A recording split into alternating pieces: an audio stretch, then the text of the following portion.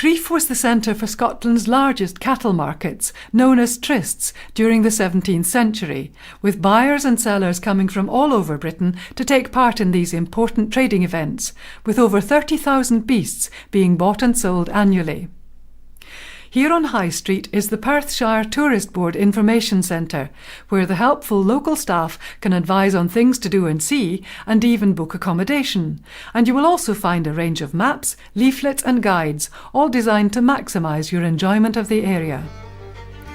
James Drummond, the 3rd Duke of Perth, rebuilt Crieff, originally known as Drummond, in 1731, after Jacobites had razed it to the ground 15 years earlier.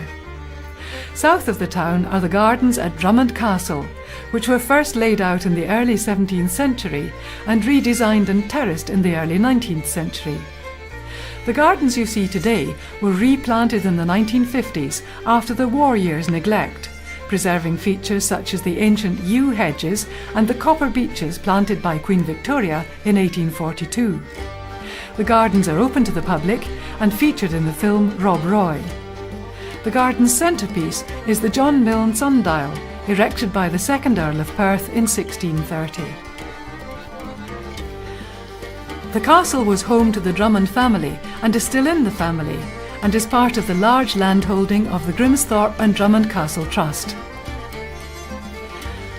It was built about 1470, with the garden and Renaissance-style block added in the 1630s. James VI created the 4th Lord Drummond, 1st Earl of Perth, in 1605.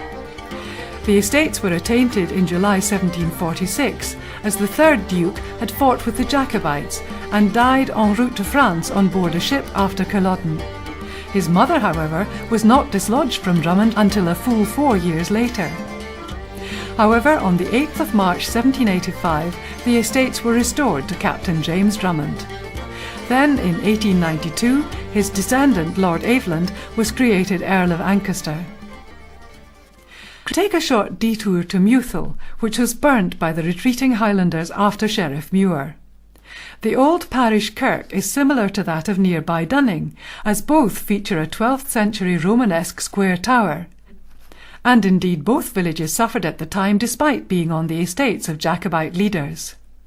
Mewthal was rebuilt, and the new Drummond Street is shown on General Roy's map of 1747. Continue along the narrow road to a signpost for Innerpeffray, and follow this route, which leads to the library and then back to Crieff.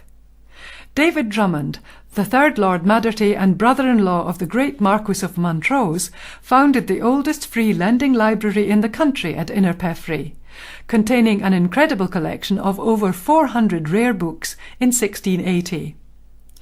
The library contains many Montrose books, including his life story, which he reputedly wore around his neck at his execution at Edinburgh's Market Cross in 1650.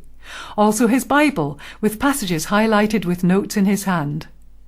The oldest book dates from 1508, and dating from 1614, the History of the World by Sir Walter Raleigh is to be found. Return to the town of Crieff. One of the town's most famous contemporary sons is Ewan MacGregor, the actor who has starred in such films as Trainspotting, Star Wars: The Phantom Menace and Moulin Rouge. Until recently his mother ran a shop in the town, but sadly grew tired of the unwanted attention and sold the business.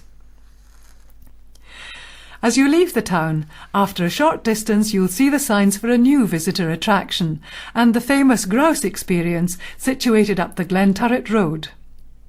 The famous grouse Scotch whisky has found a new nest at Scotland's oldest distillery at Glenturret, which has been subject to a multi-million-pound refurbishment very recently. Glenturret is already one of Scotland's top 10 tourist destinations and the country's most visited distillery. Now a dedicated new visitor centre will present you with the world's most innovative whisky experience, whilst maintaining the tradition of Scotland's oldest distillery, designed to provide fun and education with a wide range of interactive displays to immerse you in the alchemy and wonder of the famous grouse.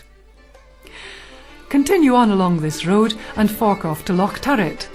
The road climbs high through the open hills and arrives at a small car park, with some very rewarding walks to the loch and beyond. Return to the Crieff to Comrie Road by the same route past Glenturret, and as you head towards Cymru, you pass Loch Moniverde, where the Battle of Moniverde was fought in 1005, near the present-day lay-by, and Kenneth, the third King of Scotland, was killed.